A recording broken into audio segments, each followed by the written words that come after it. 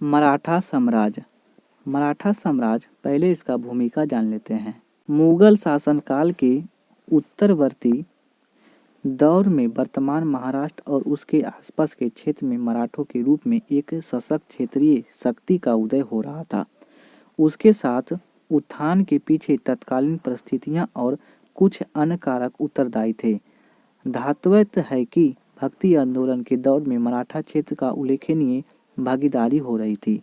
तत्कालीन मराठा संतों और कवियों ने जन समन्वय और हिंदू गौरव एवं एकता का भावना को जागृत किया। विषम भौगोलिक क्षेत्रों में जीवन व्यतीत करने से मराठा बचपन से बेहद जुझारू और साहसी और युद्ध कौशल से परंपरागत हो जाते थे। यह बेहद सामाजिक दृष्टि से सद्भाव व्याप्त था, जो कि क्षेत्रीय एकता के निर्णय का कारण बना। औरंगजेब की हिंदू विरोधी नीतियां ने मराठों की उत्थान में महत्वपूर्ण भूमिका निभाई। इन मराठा शासकों ने छत्रपति शिवाजी के नाम अग्रणीय है, जिसके दौर में मराठा शक्ति ने नई ऊंचाइयां हासिल की। शिवाजी का कार्यकाल। शिवाजी के पिता का नाम शाहजी भोसले था। वह पहले अहमदनगर में सेवा में थे, किंतु शाहजहां द्वारा 1633 में अहमदनगर की विजय के पश्चात बीजापुर की सेवा में चले गए और उन्होंने अपने अधीन आने वाली पूना की जागीर शिवाजी को सौंप दी। शिवाजी का माता का नाम जीजाबाई था। उसके संरक्षक दोदाजी कोंडदेव थे। शिवाजी के आध्यात्मिक गुरु रामदास थे।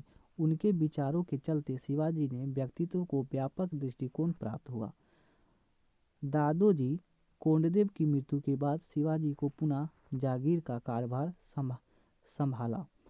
1646 में शिवाजी ने पूना के पास स्थित तोरण के किले और 1648 में पुरंदर के किले को जीत लिया। 1656 में मराठा सरदार चंद्रराव मौर्य से जवाली का किला जीत लिया गया। इस समय मुगलों का बीजापुर से संघर्ष चल रहा था, अतः शिवाजी ने मुगलों के साथ मैत्री करने का प्रयास किया, किंतु औरंगजेब ने इसमें रुचि नहीं दिखाई। बीजापुर से संधि करने के पश्चात औरंगजेब ने बीजापुर के शिवाजी को अधीन आने वाले क्षेत्रों को वापस लेने की सलाह दी। बीजापुर के शासक अपने सेनापति अफजल खां को शिवाजी को कैद कराने या मार डालने के लिए भेजा, किंतु शिवाजी ने चतुराई से उसकी हत्या कर दी और बीजापुर के कई अन्य क्षेत्रों को भी जीत लिया, जैसे पन्हाल का किला, कोल्हापुर और उत्तरी कोंकण। इसके पश्चात औरंगजेब ने शिवाजी के अधीन आने वाले उन क्षेत्रों को वापस लेने का निश्चय किया जो कि अहमदनगर का संधि के तहत बीजापुर को दे दिया गया था। इसके लिए मुगल गवर्नर शाइस्ता खां को भेजा गया। प्रारंभिक रूप से शाइस्ता खां ने पूना, कल्याण और चकन इत्यादि के किले पर अधिकार कर लिया तथा शिवाजी को वहां से हटाने के लिए विवश किया। शिवाजी ने इस्ताद खां को शिविर पर छापामार हमला किया तथा शाइस्ता खां को घायल कर दिया गया। इसके पश्चात औरंगजेब ने शाइस्ता खां को वापस बुला लिया और आमेर के जयसिंह को शिवाजी से निपटाने के दायित्व सौंपा। शाइस्ता खां को बंगाल का गवर्नर बनाकर भेज दिया गया। जयसिंह ने शिवाजी से निपटने के लिए एक नई नीति तैयार की, जिसके तहत शिवाजी के चारों तरफ से घेरा जाना था। इसके लिए जयसिंह ने बीजापुर के साथ समझौता करके प्रयास किया तथा बीजापुर ने अपनी सेना को एक टुकड़ी जयसिंह के तरफ से भेजा। 1665 में शिवाजी को पुरंदर में घेर दिया गया। विवश होकर शिवाजी ने 1665 में पुरंदर की संधि करनी पड़ी। संधि के तहत प्रावधान: शिवाजी को अपने 23 किले, जिनकी आय 4 लाख हुर्न प्राप्ति वर्ष थी, मुगलों को सौंपने थे। इसके अतिरिक्त 12 किले, जिसकी वार्षिक आमदनी 1 लाख हुर्न थी, शिवाजी को अपने पास रखने थे। औरंगजेब द्वारा शिवाजी के पुत्र संभाजी को मुगल दरबार में भेजा जाना था। उसे 5000 का मनसब प्रदान किया गया। इसके पश्चात बीजापुर के विरुद्ध अभियान प्रारंभ हुआ, किंतु औरंगजेब का सही समर्थन न मिल पाने के वजह से इस अभियान में विशेष सफलता नहीं प्राप्त हुई। इसके पश्चात जयसिंह ने शिवाजी को व्यक्तिगत रूप से मिलने के लिए आगरा भेजा, किंतु वहां औरंगजेब से विवाद हो गया और शिवाजी को कैद कर लिया गया। 1666 ईस्वी में औरंगजेब को कैद से फरार हो गए। इसके बाद शिवाजी ने पुनः मुगलों के किले को जीतने का फैसला किया। 1670 में उन्होंने पुनः सूरत को लूट लिया। शिवाजी ने 1764 में अपना राज्याभिषेक रायगढ़ के किले में किया। राज्याभिषेक की प्रक्रिया काशी के पंडित गंगा भट्ट द्वारा संपन्न की गई। इस अवसर पर शिवाजी ने छत्रपति और हैदव, धर्मोद्धारक और गौर ब्राह्मण प्रतिपलक की उपाधि धारण की तथा अपने को सूर्यवंशी क्षत्रिय घोषित किया। शिवाजी मराठा साम्राज्य का संस्थापक थे। इनका जन्म 1627 में शिवनेर की पहाड़ी यानी दुर्ग में हुआ था। इनके पिता शाहजी भोसले जो कि बीजापुर के सुल्तान के यहाँ प्रथम श्रेणी में सरदार थे। माता का नाम जीजाबाई था। संरक्षक इनके दौद जी कोंडदेव थे। गुरु रामदास था। इनका राज्याभिषेक 1674 में किया गया था। इसकी राजधानी रायगढ़ थी और शिवाजी की मृत्यु 1680 में होती है। राज अभिषेक का महत्व। शिवाजी के सामाजिक स्तर में वृद्धि हुई। एक अधीनस्थ जागीरदार को हैसियत से भी एक स्वतंत्र संप्रभु शासक के हैसियत में आ गए। 1677 में गोलकुंडा की सहायता से शिवाजी ने अपने अंतिम अभियान कर्नाटक में किया तथा जीजी, बेल्लौर इत्यादि के क्षेत्र को जीता। बाद में आगे जाने वाला समय में राजा राम को मुगलों से बचाव करने से जीजी ने एक आश्रय स्थल के रूप में काफ़ी सहायता की। हालांकि शिवाजी ने गोलकुंडा के सुल्तान से विजित किया जाने वाला प्रदेश जिसे हिस्सेदारी का वचन दिया था, किंतु जीतने के पश्चात उन्होंने मानने से मना कर दिया। 1680 में शिवाजी की मृत्यु हो गई। शिवाजी कालीन प्रशासनिक व्यवस्था और केंद्रीय शासन। केंद्रीय शासन के अंतर्गत छत्रपति की अवस्थी सर्वोच्च थी। उसमें समस्त कार्यपालिका, विधायी, न्यायिका शक्तियां निहित थी। शिवाजी के केंद्रीय प्रशासन में अष्टप्रधान का स्वरूप देखने को मिलता है। अष्टप्रधान यानी 8 मंत्रियों का समूह था जो कि शासन से जुड़े अलग अलग कार्यों को देखता था, किंतु इनकी स्थिति आज भी मंत्रिमंडल से भिन्न थी तथा वे सभी मंत्री केवल व्यक्तिगत रूप से शिवाजी के प्रति उत्तरदायी थे। इनकी भूमिका सलाहकारी और इनका क्रम निम्न था, जैसे पेशवा प्रधानमंत्री सामान्य प्रशासन के संबंधी सभी सैनिक और असैनिक कार्य देखता था। इसकी विशेष भूमिका अर्थव्यवस्था से संबंधित थी। सर ए नौबत सैन्य विभाग प्रमुख, ये सैनिकों की भर्ती, उन्हें वेतन का बंटवारा, जागीरों का इंतजाम, सैन्य सामग्री की व्यवस्था इत्यादि कार्य देखता था। आमत यानी माज मुआमदार, यह राज्य की आय व्यय को लेखा जोखा रखना था। सचिव गुरु नबीस, इसमें चिटनीस भी कहा जाता है और यह राजकीय पत्राचार का कार्य देखता था। सुमंत और दाविद विदेशी मामलों को देखरेख करता था। वाकिया और नबीस मंत्री राजा के दैनिक कार्यों को लेखबद्ध करता था। पंडित राव धार्मिक मामलों का प्रमुख था। न्यायाधीश न्याय संबंधी कार्य देखता था। पंडित राव न्यायाधीश के अतिरिक्त सभी सैन्य सेवा देनी होती थी। प्रांतीय प्रशासन। शिवाजी ने अपने साम्राज्य में 3 भागों में प्रांतीय प्रशासन को बांटा था। एक उत्तरी प्रांत सूरत से पूना तक, इसके प्रमुख मरोपंत पिंगले थे। दक्षिणी प्रांत, इसमें समुद्र तटीय क्षेत्र और दक्षिणी कोंकण शामिल था, इसके प्रमुख आनाजी दंतो थे। दक्षिणी पूर्वी प्रांत, इसमें सतारा, कोल्हापुर, दलनौन इत्यादि आते थे, इसके प्रमुख दाताजी पंत थे। शिवाजी के क्षेत्र को स्वराज भी कहा जाता था। प्रांत का प्रशासन विभाजन। महल राज कहलाता था। प्रागना प्रांत तरफ यानी जिला गोलकुंडा और बीजापुर में था। मौजा गांवों का समूह था। ग्रामीण स्तर पर पटेल यानी कुलकर्णी के अतिरिक्त 12 अलूटे यानी सेवक और 12 बलूटे यानी शिल्पी होते थे। सैन्य व्यवस्था। शिवाजी के सेना में प्रमुख अंग पैदल सेना, अश्व सेना, नौसेना शामिल थे। अश्व घुड़सवार सेना, पागा यानी शाही घुड़सवार सेना बारगीर कहलाता था। सिल्हादार और पागा यह शिवाजी के नियमित घुड़सवार सेना थे, जिसे अस्त्र शस्त्र राज्य की ओर से दिए जाते थे तथा नियमित रूप से वेतन प्राप्त होता था। घुड़सवार 25 घुड़सवार को एक हवलदार नियंत्रित करता था, 5 हवलदार को एक जुल्मादार नियंत्रित करता था, 10 जुल्मादार को एक हजारी नियंत्रित करता था और 5 एक हजारी को पंच हजारी नियंत्रित करता था। सर ए नौबत सेना का सर्वोच्च अधिकारी होता था। पहले हवलदार, फिर जुल्मदार, फिर एक हजारी, फिर पंच हजारी, फिर सर ए नौबत होता था। सिलहादार ए अनियमित सैनिक थे। यह युद्ध के समय अल्पकाल के लिए अपनी सेवाएं प्रदान करते थे। ये अपने अस्त्र शस्त्र एवं घोड़े का प्रयोग करते थे तथा बदले में लूटे गए माल का एक हिस्सा इन्हें प्राप्त होता था। नौसेना। शिवाजी के अधीन एक नौसेना का विकास भी किया गया था, क्योंकि कोंकण के क्षेत्र पर नियंत्रण रखने के लिए एक मजबूत नौसेना आवश्यक थी। सर्वप्रथम 1658 में कल्याण विजय के बाद यह नौसैनिक अड्डा स्थापित किया गया। आगे चलकर कोलाबा शिवाजी की नौसेना का मुख्य केंद्र बन गया। इसकी नौसेना में सबसे प्रमुख भूमिका आगरियों की थी। उस समय उस क्षेत्र में सबसे प्रमुख नौसैनिक शक्ति जंजीरा के सिद्धियों की हुई करती थी, जिसमें शिवाजी की नौसेना काफी संघर्ष हुआ था। पैदल सैनिकों को पायक या पाइक कहा जाता था। किलों की व्यवस्था। किले की सुरक्षा व्यवस्था के लिए समकक्ष स्तर के 3 अधिकारियों की नियुक्ति की जाती थी, जो कि परस्पर स्वतंत्र होते थे तथा सीधे शिवाजी के प्रति उत्तरदायी होते थे।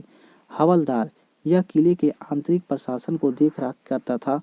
सर ए नौबत यह किले की रक्षा के लिए रखी गई थी सेना का नेतृत्व करता था एवं उसे निर्देश प्रदान करता था। सबनीस यह किले के अंदर असैनिक पात्र व्यवहार सरद शासन को देख रेख करता था। हवलदार और सर ए नौबत पद मराठा को दिया जाता था। सबनीस पद को ब्राह्मणों को दिया जाता था। भू राजस्व व्यवस्था। शिवाजी ने अन्नाजी दत्तों के अधीन व्यापक भूमि सर्वेक्षण कराया तथा भू राजस्व व्यवस्था को वैज्ञानिक रूप से देने के लिए मापन प्रणाली को अपनाया, जो कि अहमदनगर के मलिक अंबर की व्यवस्था पर आधारित थी। मापन की इकाई काठी यानी मुठा थी। 20 काठी बराबर 1 बीघा, 120 बीघा बराबर 1 चावल। प्रारंभ में भू राजस्व की दर 33% थी, जिसके बाद बढ़कर 40% कर दिया गया। राजस्व अनाज एक नगद दोनों ही रूपों में लिया जाता था। बंजर भूमि से कम दर पर राजस्व लिया जाता था तथा किसानों को ऋण भी प्रदान किया जाता था। शिवाजी ने लगान वसूली के लिए रैयतवाड़ी व्यवस्था को अपनाया। इसमें किसानों के साथ सीधी लगान वसूली की व्यवस्था की गई। शिवाजी के समय देशमुखों और जमींदारों की स्थिति को लेकर विवाद है। कुछ इतिहासकारों का कहना है कि शिवाजी ने देशमुखों के अधिकारों को समाप्त कर दिया, किंतु वर्तमान में ऐसा समझा जाता है कि उदंड जमींदारों की शक्ति को कुचलना गया था, किंतु ये अन्य के साथ समझौता कर लिया गया था तथा लगान वसूली में उसकी मदद ली जाती रही। ग्रामीण स्तर पर भू राजस्व वसूली में पटीला यानी पटेल एवं कुलकर्णी की अहम भूमिका थी। पटेल का कार्य भू राजस्व की वसूली था, जबकि कुलकर्णी भूमि की माप और लेखे जोखे से संबंधित था। राज्य की आय का एक अन्य स्रोत बंदरगाह इत्यादि पर लगने वाला चुंगिया थी। ये चौथा क्या था? चौथ। तो यह पड़ोसी राज्यों से लूटी गई आय के रूप में होता था। ये उस राज्य की आय का 1/4 हिस्सा होता था, जिसके बदले में उस क्षेत्र के आक्रमण और लूटपाट न करने का वचन दिया जाता था। सरदेशमुखी यह शिवाजी स्वयं को उस क्षेत्र के देखमुखों का प्रमुख मानते थे तथा इस रूप में इनकी आय का 1/10 हिस्सा उन्हें प्राप्त होता था। सरदेशमुखी लोगों के हितों की रक्षा करने के बदले वसूला जाता था। मोकासा या सरजाम यह जगीरों की थी। ऐसा माना जाता है कि प्रमुख मराठा सरदारों को ये दिया जाता था, किंतु शेष को नगद के वेतन में व्यवस्था की गई थी। शिवाजी के उत्तराधिकारी संभाजी 1680 से 1689 तक कार्यकाल रहा था। संभाजी ने शिवाजी के विरुद्ध उस समय विद्रोह कर दिया जब शिवाजी ने अपने छोटे पुत्र राजा राम को कोंकण का क्षेत्र प्रदान किया। शिवाजी के मृत्यु के बाद किसी आधिकारिक उत्तराधिकारी की घोषणा नहीं की गई थी, अतः उसकी पत्नी सोराबाई ने राजा राम का राज्याभिषेक कर दिया, किंतु मराठा सेनापति हमीर मोहिते की सहायता से संभाजी शासक बन गया। संभाजी ने मुगल सूबेदार दिलेर खां से समझौता कर लिया, जिसमें संभाजी को 7,000 का मनसब देना निश्चित हुआ। संभाजी के नेलो पंथ को अपने पेशवा बनाया और उज्जैन, कन्नौज, कवि कलाश को मुख्य सलाहकार नियुक्त कर दिया और उसकी निर्भरता कवि कलश पर बढ़ती चली गई। औरंगजेब के विद्रोह पुत्र अकबर द्वितीय को दुर्गदास राठौर ने जब संभाजी के पास भेजा तो मराठों द्वारा उसका अकबर द्वितीय सहयोग मुगलों से संघर्ष का कारण बन गया। 1689 ईस्वी में संगमेश्वर के युद्ध में मुगल सेनापति मुबारक खां ने संभाजी के साथ कवि कलश की निर्मम हत्या करा दी गई। संभाजी की पत्नी येसुबाई ने विरोध जारी रखा, किंतु शीघ्र ही अपने साहू पुत्र के साथ गिरफ्तार कर ली गई। संभाजी ने शिवाजी को प्रशासनिक व्यवस्था की रीढ़ यानी अष्टप्रधान को नष्ट कर दिया तथा उसी के समय मराठे युद्ध में भी स्त्रियों को साथ ले जाने लगे। राजा राम का कार्यकाल 1789 से 1700 तक था। राजा राम ने मुगलों के प्रति विद्रोह जारी रखा। उसने एक नए पद प्रतिनिधित्व का गठन किया और पहला प्रतिनिधि पलहाद निराजी को बनाया। राजा राम के पास पलहाद निराजी और रामचंद्र पंत जैसे राजनीतिज्ञ थे। वो संत जी घोड़पड़े और धानाजी जादव जैसे सेनापति भी थे। मुगलों के आक्रमण के भय से इधर उधर भागता रहा, इसलिए उसे कभी सिंहासन पर बैठने वाला शासक कहा गया था। उसने 8 वर्षों तक जीजी यानी आकड़ के किले में शरण ले रखी थी। राजा राम ने सरजम्मा प्रांत को पुनः शुरू किया था। राजा राम ने पलायन का क्रम पहले प्रतापगढ़, फिर पलहान, फिर जिंजी, फिर सतारा। शिवाजी द्वितीय तथा ताराबाई 1700 से 1707 ईस्वी तक कार्यकाल रहा था।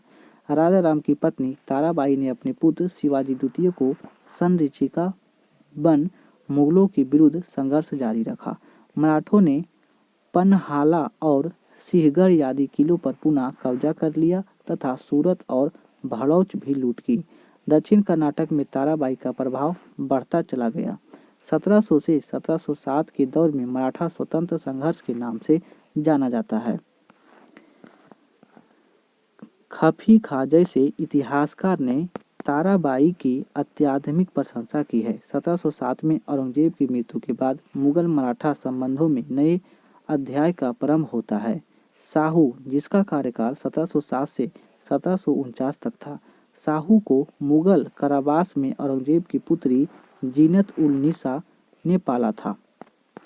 मराठों को परिवर्तन राजनीतिक स्थिति से लाभ उठाने के लिए मुगलों ने साहू को कैद से रिहा कर दिया और अब्बू साहू और ताराबाई के उत्तराधिकारी का संघर्ष प्रारंभ हो गया। साहू को राजकुमार आजम शाह ने रिहा किया, जिसे अगले मुगल शासक बहादुर शाह ने स्वीकृति दी थी।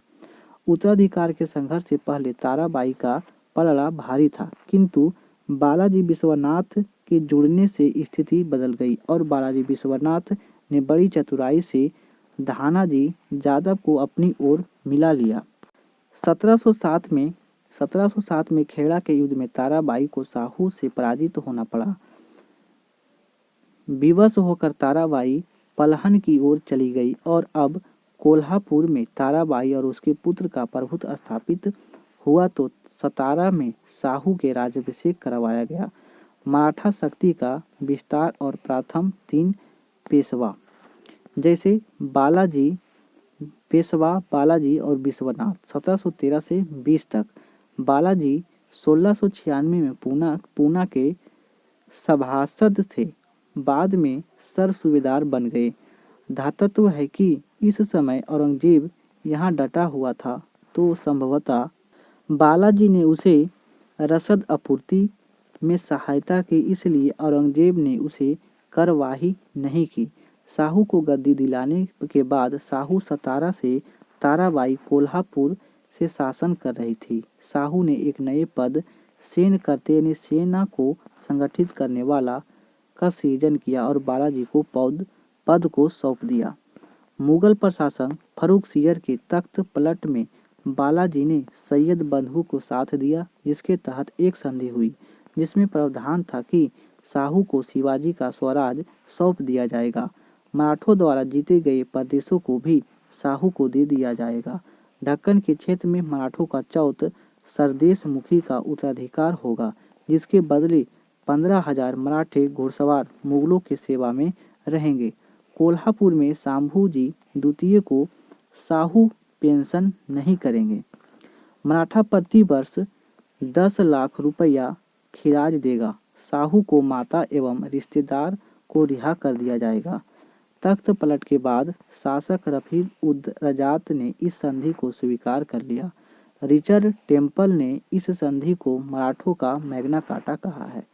बालाजी विश्वनाथ और कोन्हाजी आंगड़े से मथुरा संबंध था, जो मराठों को अस्थायित्व को निर्णायक सिद्ध हुआ। 1720 में बालाजी विश्वनाथ की मृत्यु के बाद शाहू ने उसके बड़े पुत्र बाजीराव प्रथम को पेशवा नियुक्त किया गया। बाजीराव प्रथम, इसका कार्यकाल 1720 से 1740 ईस्वी तक रहा था। बालाजी प्रथम ने शाहू से कहा कि अब वक्त आ गया है कि जर्जर वृक्ष को तने पर प्रहार किया जाए तो हमारी सत्ता अटक से कटक तक स्थापित हो जाएगी। बाजीराव प्रथम ने हिंदू पदशाही के आदर्श का प्रचार किया, जिसके तहत हिंदू शासकों को एकजुट करने का प्रयास किया गया। इसी संदर्भ में उसने छत्रसाल बुंदेल की सहायता की और मुगलों तथा रुहेला द्वारा छीने गए उसके प्रदेशों को वापस दिलाया। इसी समय बाजीराव को मुलकांत और मस्तीना बाई नामक युवती से हुई थी। 1724 में निजाम उल मुल्क ने सुकुर खेड़ा के युद्ध में मुगल सूबेदार मुबारिज खां को शिकस्त की और संभवतः इसमें बाजीराव ने सहायता की, क्योंकि अभी निजाम के प्रति उसके तट अवस्था की नीति अपनाई थी। निजाम का संघर्ष। चौथ और सरदेश मुखी के प्रश्न पर हैदराबाद और बाजीराव के बीच मुख्यतः दो संघर्ष हुए। 1728 में पालखेड़ा का युद्ध हुआ, जिसमें निजाम पराजित हुआ और मुंगी शिवगंगा की संधि करनी पड़ी। 1737 से 38 के बीच में भोपाल का युद्ध में यहाँ भी निजाम को पराजित होकर दुराई सराय की संधि करनी पड़ी। 1731 ईस्वी में बरना की संधि के द्वारा कोल्हापुर के शासक सतारा के अधीनस्थ स्वीकार कर ली और बाजीराव प्रथम को बड़ी उपलब्धि मानी जाती है। 1737 में बाजीराव ने बड़ी तीव्रता से मात्र 500 सैनिकों के साथ दिल्ली पर आक्रमण किया और मोहम्मद शाह रंगीला को दिल्ली छोड़नी पड़ी। गुजरात, मालवा, बुंदेलखंड पर भी मराठों का प्रभुत्व पताका लहराया गया। शिवाजी के बाद गुरिल्ला पद्धति का सर्वश्रेष्ठ संचालक था। पुर्तगालियों को सलसेट और वसीन प्राप्त किया। संघीय ढांचे की शुरुआत इसी के समय प्रारंभ हुई थी। क्षेत्र, वंश, क्षेत्र और वंश जैसे पूना पेशवा के हाथों में, नागपुर भोसले, बड़ौचा गायकवाड़, इंदौर होलकर, ग्वालियर सिंधिया और धार पवार के साथ था। बाजीराव का कार्यकाल 1740 से 61 के बीच में रहा था। नाना साहेब के नाम से प्रसिद्ध था, जो कि 1550 में संगोल की संधि से पेशवा मराठा साम्राज्य का वास्तविक शक्ति बन गया। इसे पेशवाओं के लिए राजनीतिक क्रांति कहा जाता है। यह अपनी राजधानी सतारा से पूना ले गया था। इसके शासनकाल में मराठा साम्राज्य का अधिकतम विस्तार हुआ। मालवा बुंदेलखंड पर अधिकार को कायम रखते हुए इसने तंजौर को भी जीत लिया और सबसे बढ़कर राजपूत क्षेत्रों में चौथे वसूलने लगा। इसे हिंदू का पदशाही धर्म का उल्लंघन किया। निजाम का संघर्ष। 1752 में निजाम के शिकस्त दी और निजाम को भलकी की संधि करनी पड़ी। 1757 में उसने निजाम को सिंदर खेड़ के युद्ध में हराया। 1760 में उदगीर के युद्ध में निजाम पुनः परास्त हो गया। इनमें इमाद उल मुल्क को वजीर बनाने में सहायता की थी। पानीपत का तृतीय युद्ध 1761 में। पानीपत के तृतीय युद्ध अफगान शासक अहमद शाह अब्दाली एवं मराठों के बीच लड़ा गया था। इस युद्ध का मुख्य कारण यह था कि अफगान अब्दाली ने पंजाब के राजकुमार तैमूर को अपना प्रतिनिधि नियुक्त किया था, किंतु मराठों ने उसे हटाकर अपना प्रतिनिधित्व नियुक्त कर दिया, जिससे असंतुष्ट अब्दाली में पुनः आक्रमण कर दिया। इस युद्ध में मराठों की पराजय हुई।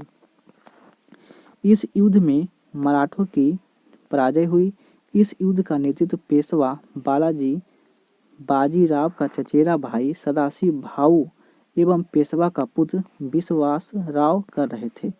इस युद्ध में अहमद शाह अब्दाली के साथ शुजा उद्दौला अवध और नबी उद्दौला रुहैली और हफीज रहमत खां दुंदी खां तथा सदुल्ला खां थे। मराठों की ओर से तोपखाने का नेतृत्व इब्राहिम गादी ने किया था। इस युद्ध का आंखों देखा वर्णन काशीराज पंडित ने किया है। मराठों की पराजय की सूचना पेशवा बालाजी बाजीराव को काशीराज पंडित ने इस शब्दों में भेजी है: 2 हीरे नष्ट हो गए, 27 स्वर्ण मंदरिये खो गए और नष्ट हुई चांदी और तांबे की गणना ही नहीं की जा सकती। अर्थात शुद्ध दौरान सदाशिव भाऊ और विश्वास राव तथा अनेक युग मराठा सरदार मारे गए। हार का कारण क्या था? तो सदाशिव भाऊ और व्यवहार, जिसमें मल्हर राव होलकर जैसे अनुभवी सरदार भी असंतुष्ट था। गुरिल्ला युद्ध की जगह प्रत्यक्ष युद्ध को इसने अपनाना था। तोपे का भारी होना, साथ ही स्त्रियों को अभियान में ले जाना। अहमद शाह अब्दाली को भारतीय शक्तियों की मदद मिली, किंतु मराठों को सूरजमल की प्रारंभिक मदद की अतिरिक्त अन्य कोई मदद ना मिल सकी थी। प्रभाव: इस युद्ध का निर्णय नहीं किया कि कौन भारत का शासन करेगा, किंतु यह तय किया गया कि कौन शासन नहीं करेगा। 1761 में बालाजी बाजीराव की मृत्यु हो गई। इस युद्ध ने मराठों को तो कमजोर किया, साथ ही अंग्रेजों को प्रभुत्व का मार्ग भी खोल दिया। मराठा शब्दावली जैसे पद और उनके अर्थ, जैसे काम विसदार, यह शिवाजी के साम्राज्य के अंतर्गत छोटे प्रांतों के सूबेदार, बड़े प्रांतों के सूबेदार होते थे। माल मलदातार, यह दोनों पद शिवाजी के समय तक अस्थायी अनुवांशिक नहीं थे, किंतु पेशवाओं के समय या शिवाजी के बाद यह पद अनुवांशिक हो गए। पोतनीस, यह शाही खजाने की आमदनी और खर्चे को देखरेख करता था। कर खाना विष अन्न भंडार का प्रभावी था। कुर्जापट्टी आपातकालीन कर था। पोल पट्टी या युद्ध से लूटा गया अंश मुख्यतः पिंडारियों से संबंधित था। फिताना राजनीतिक फूट या मन मुखौटा का लाभ उठाकर दबाव और समझौते की राजनीति, इन प्रक्रिया के मराठों ने अपना सर्वाधिक साम्राज्य विस्तार किया। हुजूर दफ्तर, यह पूना और पेशवा का सचिवालय था। मीरा सरदार, यह वर्ग जिनका भूमि वंशानुगत स्वामित्व होता था। वतन मूलतः यह अरबी शब्द है जिसका अर्थ जीविका का है, स्रोत होता है। मराठा साम्राज्य में किसी व्यक्ति को उसकी सेवा के बदले प्रदत्त भूमि अनुदान वतन कहलाता था। मराठों के उत्कर्ष में निम्न में से कौन सा कारण सही है? धार्मिक चेतना, भौगोलिक सुरक्षा, राजनीतिक जागृति, उच्च नेतृत्व शक्ति, यानी उपयुक्त सभी। शिवाजी के मुगलों के किस युद्ध से हराया था? यह सलहार का युद्ध में। शिवाजी का जन्म कब और कहाँ उन्होंने छत्रपति की उपाधि धारण किया था? 1627 में उनका जन्म हुआ था और छत्रपति की उपाधि 1674 में धारण किया था। शिवाजी मुगलों के कैद से भागने के समय कौन सा नगर में कैद थे? आगरा नगर में। शिवाजी की राजधानी कहाँ पर थी? रायगढ़ में। शिवाजी का छत्रपति के रूप में औपचारिक राज्याभिषेक कहाँ हुआ था? रायगढ़ में। शिवाजी के गुरु का नाम क्या था? रामदास। अष्टप्रधान नाम के मंत्री परिषद थे मराठा प्रशासन में। शिवाजी के समय सरनोबाद का पद संबद्ध किससे था? तो यह था सैन्य प्रशासन से।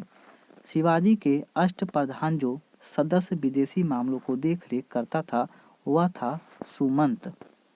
अष्टप्रधान मंत्री परिषद किसके राज प्रबंध में सहायता करती थी? शिवाजी की। संभाजी के बाद मराठा शासन निम्नलिखित में से किसने सरल और कारगर बनाया था? बालाजी विश्वनाथ ने।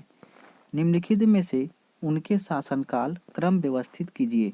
पहले बालाजी विश्वनाथ, फिर बाजीराव, फिर बालाजी बाजीराव, फिर माधवराव।